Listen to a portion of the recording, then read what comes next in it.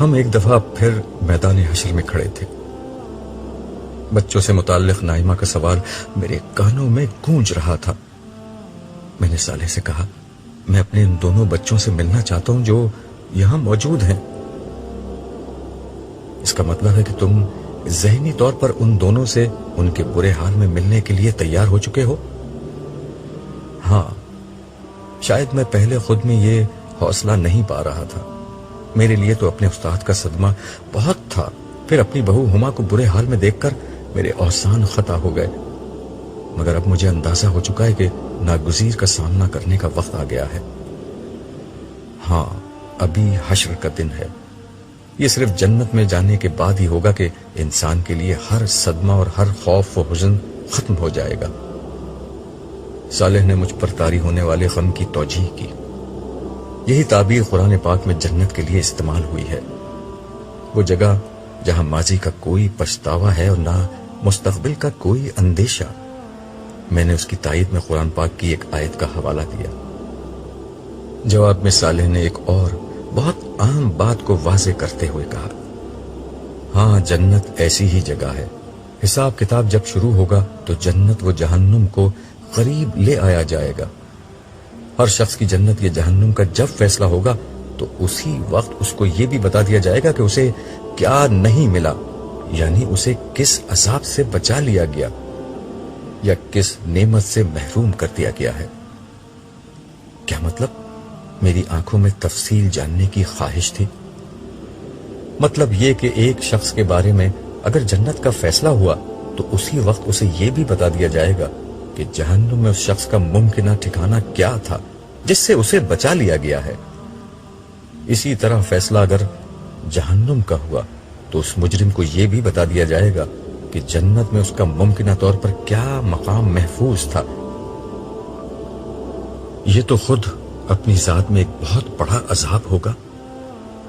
ہاں، اہل جنت کے لیے سب سے بڑی اور پہلی خوشی اس جہنم سے بچنا ہوگی، اور اہل جہنم کے لیے سب سے پہلا عذاب یہ پچھتاوا کہ کس اعلیٰ نعمت اور عظیم درجے سے وہ ابدی طور پر محروم ہو چکے ہیں. تمہیں کچھ دیر قبل بیان کردہ میری یہ بات یاد ہوگی کہ جس انسان نے روز ازل اپنے لیے جنت میں ترقی کا جتنا بڑا مکان چاہا، اس نے جہنم کے بھی اتنے ہی زیادہ پست مقام کا خطرہ مول لے لیا تھا. سو آج اس کا نتیجہ یہ نکلے گا کہ جنت میں اعلیٰ مقام ملنے کی مسرت کے ہمراہ جہنم میں سخت ترین عذاب سے بچنے کی نوید بھی ملے گی، اور جہنم میں پست ترین مقام کی مصیبت کے ساتھ جنت کے اعلیٰ ترین درجات سے محرومی کی حسرت بھی اسی تناسب سے زیادہ ہوگی. میرے خدایا، میرے منہ سے بے اختیار نکلا. ہم یہ گفتگو کر رہے تھے اور آہستہ آہستہ چلتے جا رہے تھے. حشر کے احوال ابھی تک وہی تھے یا شاید کچھ سخت تر ہو چکے تھے. وہی رونا پیٹنا، وہی پریشانی و بدحالی، وہی حسرت و ندامت، وہی اضطراب، وہی بے چینی، وہی حزن و مایوسی.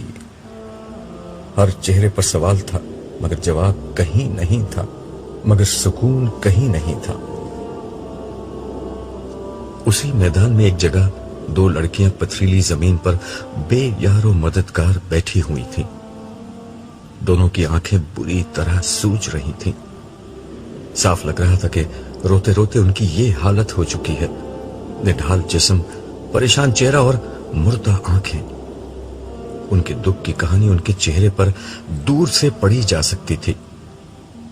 ان میں سے ایک زیادہ بدحال لڑکی دوسرے سے کہنے لگی، لیلا، مجھے یقین نہیں آ رہا کہ یہ سب کچھ سچ ہے.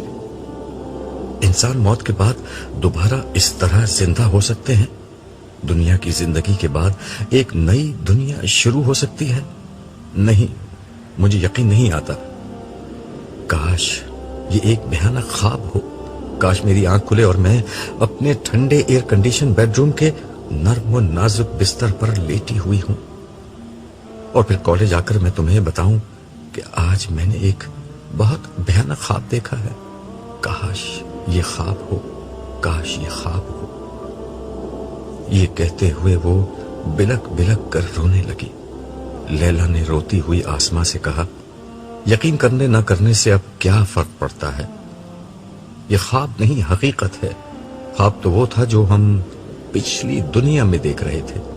آنکھ تو اب کھلی ہے آسماں، آنکھ تو اب کھلی ہے، مگر اب آنکھ کھلنے کا کیا فائدہ؟ کچھ دیر کے لیے خاموشی چھا گئی.